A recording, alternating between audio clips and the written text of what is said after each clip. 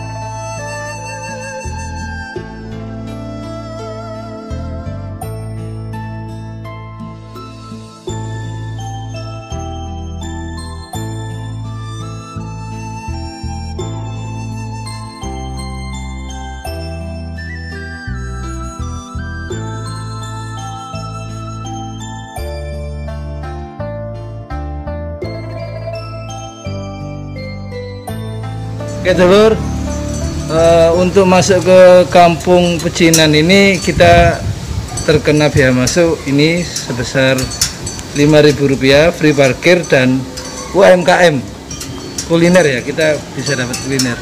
Ini masih tahap awal dan kali ini saya bersama dengan Bapak Doni Ju selaku pengelola. Bisa dikatakan dutanya untuk kampung sini Pak, atau guide, semacam guide ya. Untuk dutanya sejarah budaya atau semacam adat istiadat orang Tionghoa. Jadi bapak-bapak boleh tanya dengan saya tentang gambar, maknanya atau historisnya kampung Kapasan Dalam ini mulai zaman 17-18 itu bagaimana orang Tionghoa di sini sudah membaur sekali dengan suku-suku yang lain, juga berani menentang penjajah Belanda. Itu kampung sini. Perkenalkan Bapak, kami dari Corner of the City, channel YouTube kami Corner of the City. Kami ingin mengangkat kampung ini karena Surabaya itu multikultural dan Pecinan merupakan salah satu unsur yang juga menyokong Surabaya menjadi kota besar ini. Saya boleh masuk ke dalam Pak untuk bertanya? Monggo. Juga bukan masalah itu aja Pak, masalahnya budaya dan adat istiadat yang harus diketahui oleh generasi muda Pak. Istilahnya biar nanti anak cucu kita paham sejarahnya, paham sejarah orang Tionghoa itu bagaimana dan adat istiadatnya itu bagaimana. Juga kalau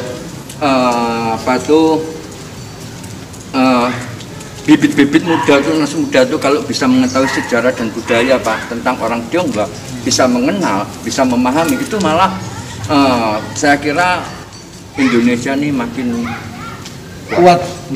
Makin terus kuat sekali. Kalau kita flashback Pak, kita bicara sejarahnya, kampung ini sebenarnya ada mulai tahun berapa sih Pak Kampung Pecinan ini? Kampung Pecinan mulai karena non sewu. Kalau yang saya ketahui itu kan Surabaya itu ada Kampung Pecinan, ada Kampung Arab, betul. Di Ampel itu ada banyak. Tapi masalahnya di sini bukan pecinannya aja Pak, tapi historisnya Pak. Nggih. Kita kembali ke Bisa. tahun sekitar tahun 17 Nggih. 17 berapa atau 18 berapa ya. Awal-awal dulu orang Tionghoa di sini sudah istilahnya sudah berani menentang penjajah Belanda.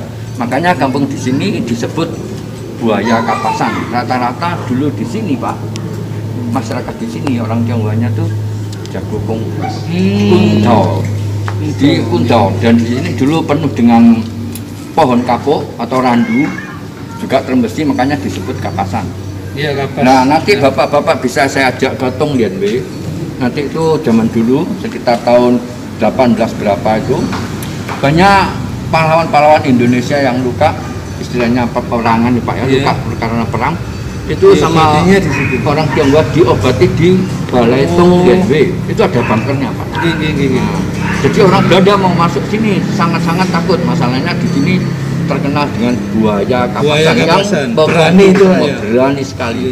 Kalau misalkan ini Pak, pertanyaannya sekarang mural ini mulai Aduh barusan aja Pak. Sejak kapan Kurang terus? lebih 1 bulan lebih yang 1 lalu. bulan ya? Cuman begini Pak, memang di sini bisa dikatakan baru aja, tapi saya sebagai penduduk sini kurang lebih 20 tahun yang lalu sudah sering dapat kunjungan dari mahasiswa juga komunitas. oh nggih. Itu tanya tentang umpama mereka mau skripsi atau kepingin tahu tentang bagaimana orang Tionghoa adat istiadatnya itu tanya dengan saya.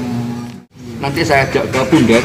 Di sini tiap bulan 10 masih diadakan sedekah bumi. Nah ini hebatnya Pak. Orang Ya, Tionghoa itu- di sini mayoritas Tionghoa tapi masih mengikuti adat Jawa. Nggih. Dan lagi luar Akulturasi biasa, Pak. budaya Pak ya. Betul Pak. Percampuran budaya. Nggih. Ada wayang satu hari semalam suntuk, bukan semalam suntuk malah lebih, nanti dikolaborasi dengan barongsai Pak. Wayang Cina itu apa namanya? Wayang Potehi. Nggih, Potehi itu ada Pak. Gini Pak, mungkin nanti kalau ini sudah menyeluruh berhasil baik, memang saya ajukan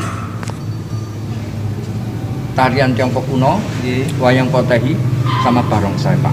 Berarti prospeknya ke depan ini akan dijadikan Betul. salah satu Betul, nanti objek untuk Bapak bisa wisata Pak ya, Betul. wisata budaya Pak ya. Betul, bisa tanya Pak Chandra bagaimana, soalnya Pak Chandra itu istilahnya lebih mengetahui tentang prospek kampung ini. Kalau saya hanya semacam guide saja. Siap. Oke. Ini mungkin bisa dijelaskan Nah. arti makna gambar-gambar ini. Saya ambil dari sini dulu Pak ya. Ini disebut Pak Tek. Pak Tek itu Pak Tek 8 kebajikan. Pak Tek 8 kebajikan ini adalah semacam wejangan kurang lebih 800 Ketua ngoten Pak. Batam. Betul Pak. Wejangan dari Nabi Konghucu. Jadi wejangan ini bisa dikatakan sudah tua banget. Dan lagi kelenteng Konghucu yang ada di depan, Depan itu, sana Pak. tadi. Di dunia hanya ada 3 Pak. Tiongkok, Jepang, sama di Kapasan ini. Jadi memang kampung Kapasan ini sangat-sangat historis sekali. Mungkin nanti Bapak kalau ada waktu mungkin bisa saya ajak. Ini agak siang ya, mungkin agak sore. Saya ajak masuk ke kelenteng juga. Iya. Mungkin nanti kalau misalnya dapat izin kita masuk ya kita izin. Iya, Aja. Pak. Jadi saya juga orang kelenteng soalnya. Nggih. Saya juga orang kelenteng. Nah, kalau yang di ujung itu Pak, Nggih. Pintu gerbang. pintu yang di ujung Mural. yang hanya pintu saja. Iya. Itu kalau zaman dulu sekitar sekitar masih ada sampai sekarang. Cuma sekarang nggak digunakan lagi. Bapak tahu di Kupang, Pasar Kupang. Iya, Pasar Kupang. Gedung Setan. Oh, Gedung Setan. Nah, itu zaman yang terbengkalai itu Pak. Betul. Itu zaman dulu sekitar tahun 40-an masih digunakan untuk penitipan mayat Oh. atau bungpai atau semacam tarbolo yang kuno, Tiongkok kuno. Jadi ini bisa dikatakan penitipan Jenazah. kalau zaman dulu Pak. Artinya di sini. Makanya di sini disebut kelihatan vampir Pak. Vampir. Ya. Ini zamannya dinasti Qing Pak. Dinasti Qing jadi sekitar tahun 18-an memang ini. Kalau Qing. pintunya ini memang Asli Pak. memang Ini asli. arsitektur Asli sekali ini. Begini Pak. Memang di daerah Kapasan ini mulai zaman dulu sudah banyak orang Tionghoa yang mendekati atau paling sedikit ingin punya rumah atau tempat tinggal di sini. Masalahnya Kampung Kapasan Dalam sangat disegani dengan silanya tinggi. Betul Pak, termasuk Kujang-kujang yang berani tadi. penjajah. Umpama salah satu contoh yang punya rumah ini Pak, yang digambar ini, ini orang kaya. Rumahnya masih ada ini? Masih ada, tapi bukan apa istilahnya, bukan aslinya yang punya rumah. Sudah istilahnya sudah ganti orang. Terus di situ juga ada Lim Siliong, itu juga orang terkaya di daerah orang ini. Kaya, orang Tionghoa yang kaya. Siap. Ini generasinya ini Pak, generasinya ini teman, saya nggak berani buka rahasia pribadi, nggak boleh Pak. Ini bukan yang punya Lim Sing Te, ini aslinya yang punya Lim Sing Te. Biar bulat. Makanya di kampung sini banyak orang yang terkaya, termasuk di Ganevo. Ganevo itu kan hotel sejarah itu Pak ya? Betul Pak. Itu sekitar Kembang Jepun, mendekati sini semua Pak. Soalnya Kampung Kapasan ini sangat Nah kalau ini Pak, ini semacam pasar tradisional di Tiongkok ya, Tiongkok kuno. Di sini banyak suku bangsa. Soalnya waktu dinasti Qing, Tiongkok itu dijajah Inggris, Jepang, sekutu, juga perang saudara antara nasionalis juga komunis Pak. Terus kekaisarannya juga perang. Jadi istilahnya tawuran ini. Makanya di sini kelihatan ini banyak kultur gitu. Jepang, ini Jingzhou. Di sini ada semacam iwil. Ini semacam Muslim gitu ya? Oh Muslim. Nah, kalau ini semacam kayak orang cukup mampu. Oh, istilahnya orang terpandang gitu Pak? Betul. Jadi pasar itu penuh dengan macam-macam suku bangsa. Siap. Ini kita menuju ke Gerbang Naga. Gerbang Naga Pak? Longmen, kalau bahasa Tionghoanya itu Longmen Pak, Gerbang Naga. Men itu semacam pintu atau gerbang. Long itu naga. Filosofinya apa Pak Gerbang Naga ini? Gerbang Naga itu kalau di Tiongkok sana sendiri biasanya dipakai untuk semacam tempat tempat ibadah Pak, semacam seperti itu, atau paling sedikit untuk perguruan silat semacam itu.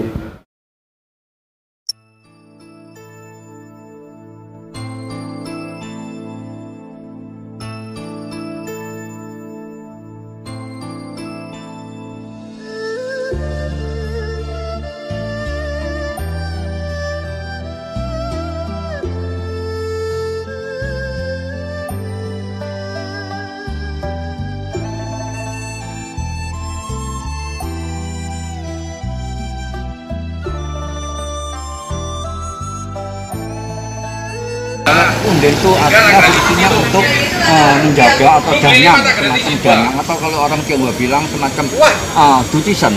Tapi berhubung ini Jawa yang kita bilang semacam danyang yang menjaga masyarakat Kapasan Dalam supaya lebih memahami tentang kebaikan.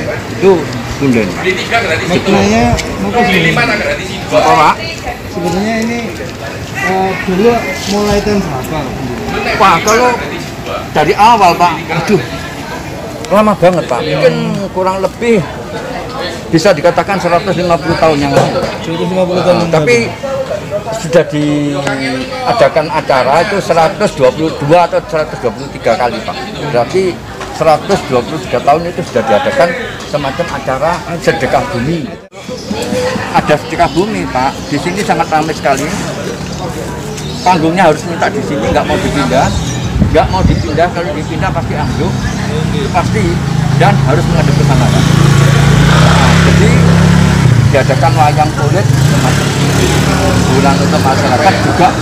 Mbahnya juga senangnya tuh kalau ada wayang tuh luar biasa, malah dikolaborasi dengan barongsai Karena akulturasi budaya tadi Pak. Iya, jadi sangat gemuk di sini tuh betul-betul membaur antara Tionghoa atau suku-suku lain tuh nggak ada perbedaan. Tempat kelenteng di sebelah situ Pak? Iya, nanti kalau ada biasanya kalau ada juru kunci mungkin saya buka Pak. Saya bisa masuk, tapi kalau juru kuncinya nggak ada ya terpaksa kita nggak bisa masuk. Biasanya kalau jam sekian tuh istirahat Pak.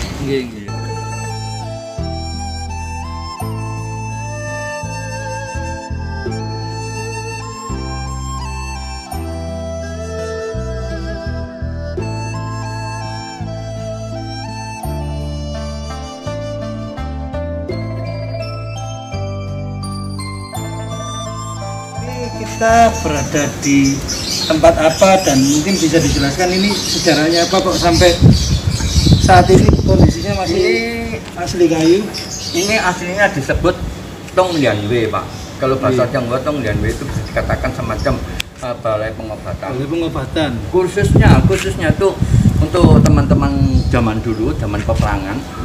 Kalau pahlawan-pahlawan Indonesia atau penjuang-penjuang Indonesia yang luka itu biasanya dilarikan ke sini untuk diobati. Berarti sebelum peristiwa 10 November sudah ada? Oh, sudah Pak. Jauh sebelum itu Pak?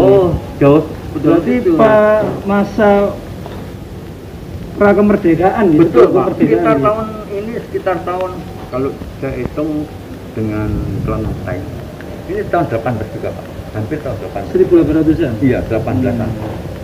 Jadi bisa dikatakan tua juga ini Pak. Terus di dalamnya ini kan kita nggak bisa masuk Pak ya? Yang jenengan ketahui di dalamnya isinya apa? Kalau aslinya dulunya Pak, ada balai, ada semacam tempat tidur yang terbuat dari bambu, kayu, dan di bawahnya ada sebuah bunker Pak. Betul-betul bunker yang penuh dengan sejarah historisnya orang-orang Tionghoa di sini yang berani ikut memperjuangkan tanah Indonesia. Walaupun tidak terang-terangan, tapi orang Belanda sudah takut. Masalahnya di sini penuh dengan orang-orang jago kungfu. Makanya nanti Bapak kalau di daerah dekat Hotel Ganivo itu ada satu gang, ada warung, itu disebut Gang Mayor. Itu ada hubungannya dengan sini Pak. Kenapa disebut Gang Mayor? Dulu di situ ada seseorang Tionghoa yang kaya sama orang Belanda. Kamu saya jadikan mayor, saya kasih pangkat, setiap bulan saya kasih ini, tapi kamu harus bisa mengendalikan orang-orang Tionghoa yang di kapasan dalam ini yang disebut buaya kapasan ini. Untuk mengendalikan ini sangat-sangat sulit Pak. Makanya Belanda sampai memakai orang Tionghoa juga supaya sini bisa merendam orang-orang Jawa di sini yang sangat agak mokong. Tapi mokongnya bukan mokong. Beling ya istilahnya Surabaya, beling.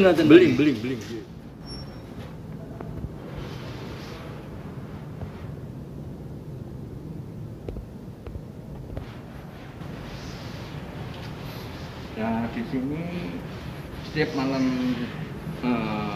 hari Jumat malam untuk latihan barongsai.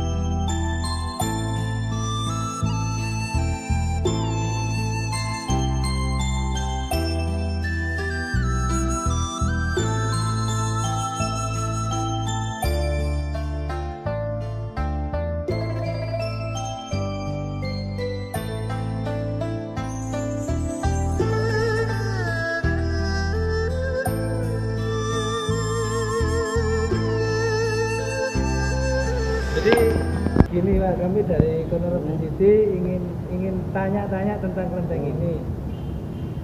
Sejarah kelenteng ini tuh berdiri tahun berapa, kemudian kenapa kok ornamennya masih Cina banget ya. Kalau mungkin saya salah ucap mohon dibetulkan karena terus terang saya tidak tahu banyak informasi tentang kelenteng ini. Kelenteng ini namanya Bunbyu.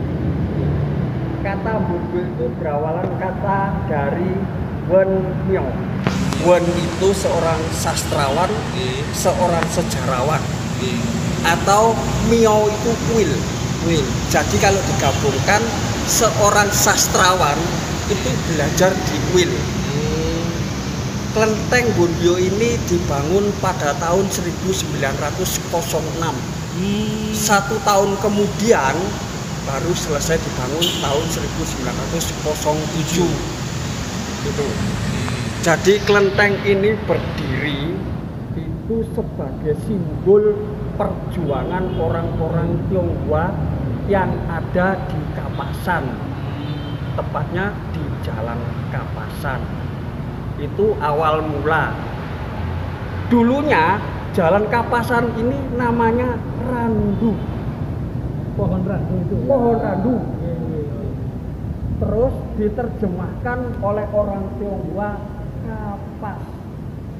Jadi diteruskanlah namanya Kapasan. Nah, disinilah orang-orang Tionghoa dulu berkumpul.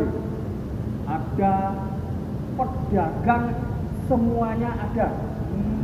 Pada tahun 1907 di sini itu segitiga orang Tionghoa berdagang. Segitiga masnya. Termasuk di Jalan Bongkaran, Jalan Serompretan, Jalan Bang Bocon, sama Kapasan. Karena waktu itu terlalu amburadul, sama pihak Belanda dipilah-pilah supaya nggak amburadul. Bagian Jalan Serompretan atau Bongkaran itu dikhususkan pedagang kain. Oh iya, pasar besar itu. Pasar Bong itu. Untuk obat itu dipisahkan di jalan jagalan. Kalau untuk ekspedisi ada di Kembang Jepun. Kalau untuk pedagang bahan bangunan ada di Jalan Kapasan. Oh, ngoten sejarah ini. Itu sejarah sekilas tentang ya, kelenteng ini termasuk salah satu saksi bisu bahwa orang Tionghoa itu sama-sama berjuang dengan rakyat Indonesia. Nah, itu termasuk ada salah satu tokoh orang Tionghoa yang sama sekali tidak diketahui orang Surabaya. Namanya Lim Pun Yang. Dia ini orang Tionghoa, tapi semangatnya untuk mencari orang-orang Tionghoa untuk membela kemerdekaan rakyat Indonesia. Tidak berjuang sama manusia. Namanya Lim Pun Yang. Dia orang Tionghoa. Belum terekspos itu Ray. Sama sekali. Wah, kalau saya jabarkan, waduh, sangat panjang. Harusnya ini jadi PR sejarawan Surabaya kan gitu. Ini orang ini memang tokoh besar di zaman kemerdekaan, di zaman kolonial Belanda. Ternyata Surabaya punya tokoh besar. Iya, dari Tionghoa. namanya Lim Pun Yang. Wah, itu memang luar biasa perjuangannya. Sangat luar biasa. Kemudian itu makamnya Itulah salah satu misterinya. ya misterinya. Dia kalau tidak salah itu meninggal tanggal 5 November di Medan. Di Medan. Iya. Ya. Itulah tokoh-tokoh Tionghoa yang sangat berjuang, sangat memperjuangkan, sangat berjuang mati-matian di Surabaya. Termasuk dia ini adalah salah satu orang yang mendirikan PTI, Partai Tionghoa Indonesia, di mana PTI ini mempunyai filosofi dia mencari orang-orang Tionghoa yang mau diajak berjuang bersama rakyat Indonesia. Siap. Ya info seperti ini memang harus disampaikan ke masyarakat. Iya. Jadi dulu itu Surabaya namanya Ujung Galuh. Ujungnya ada di Perak, galuhnya ada di Jembatan Merah. Terus kelenteng ini, Pak. Kelenteng ini itu sebenarnya dimiliki oleh seseorang atau memang Dulu kelenteng ini dibangun itu dimiliki seseorang, 2 orang. Namanya Go Tepi sama Lo Chong Siong. Gitu. Dulu kelenteng ini berada di menghadap ke belakang. Iya. Karena kondisi ini tidak enak atau tidak etis, maka 2 orang ini ingin menghadapkan kelenteng ini ke depan. Nah, maka orang ini minta izin ke Gubernur Belanda untuk merubah arah kelenteng. Maka orang ini menghadaplah ke Gubernur Belanda, waktu itu namanya De Van Gogh. Maka diizinilah kelenteng ini untuk menghadap ke depan, tapi harus direnovasi. beliau minta lahan. Balik ke gubernur Belanda, beliau izin minta lahan. Diberikanlah lahan 500 meter persegi. Akhirnya diberikan lahan. Tidak itu cuma-cuma, masih ada terkendala biaya untuk membangun itu kan harus direnovasi, membutuhkan biaya. Maka orang dua ini menggalang dana dari orang-orang Tionghoa saudagar yang melintas di areal Jembatan Merah Kalimas. Dan pusat perdagangan pada masa itu perdagangan, ya. Dulu kan Kembang Jepun ini kan terkenal dengan kayak pengiriman apa gitu. Iya, Pak. Akhirnya bandar lautnya di situ. Akhirnya dua orang ini mendapat uang sebesar 11,316,63 Holden. Nggak tahu sekarang uang. Miliatan ya. Nah, setelah dapat dana itu orang itu ingin membuat bumi ini megah.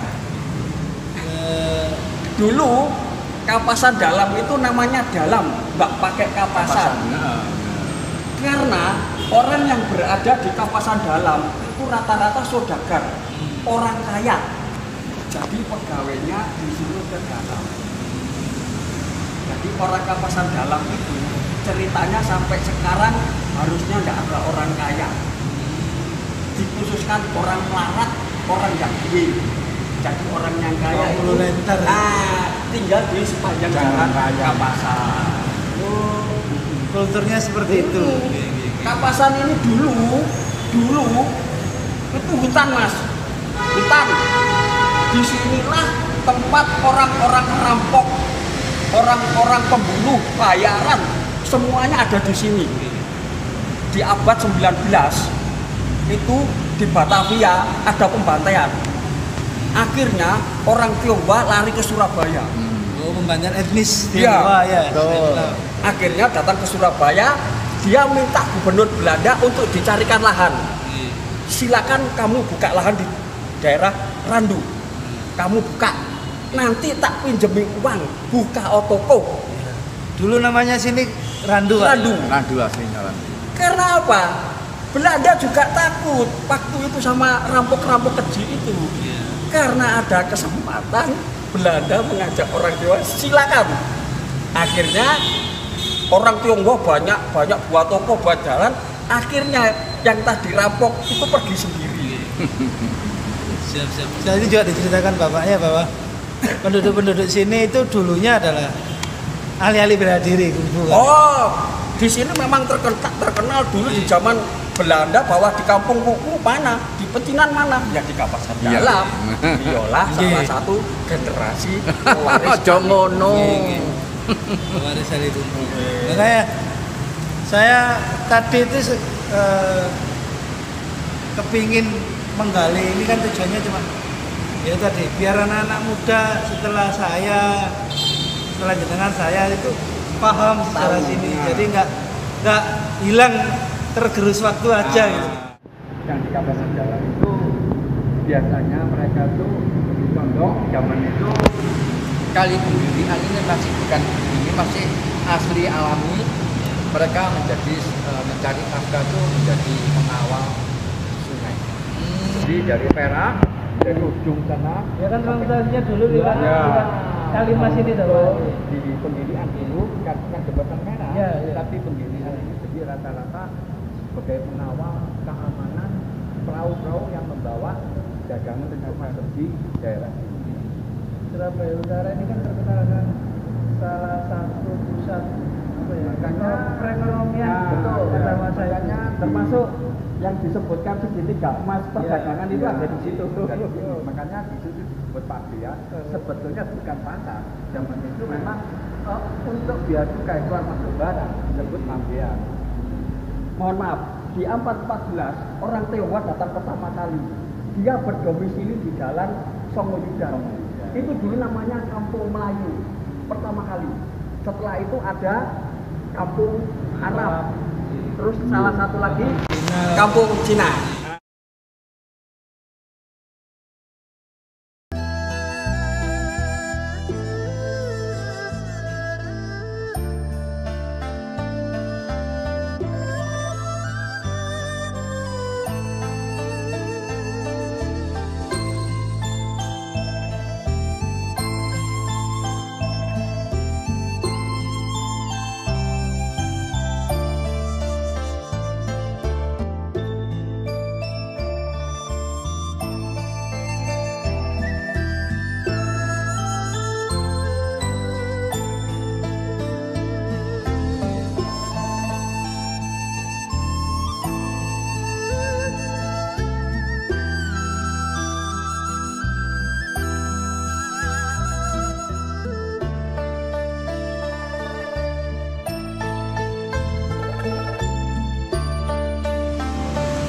Oke, dulur Corner of the City, demikian tadi explore kami tentang tempat spot baru foto dan juga kelenteng ya, yang sangat informatif banget. Nanti ikuti terus perjalanan kami di next video, apa yang akan kita explore berikutnya.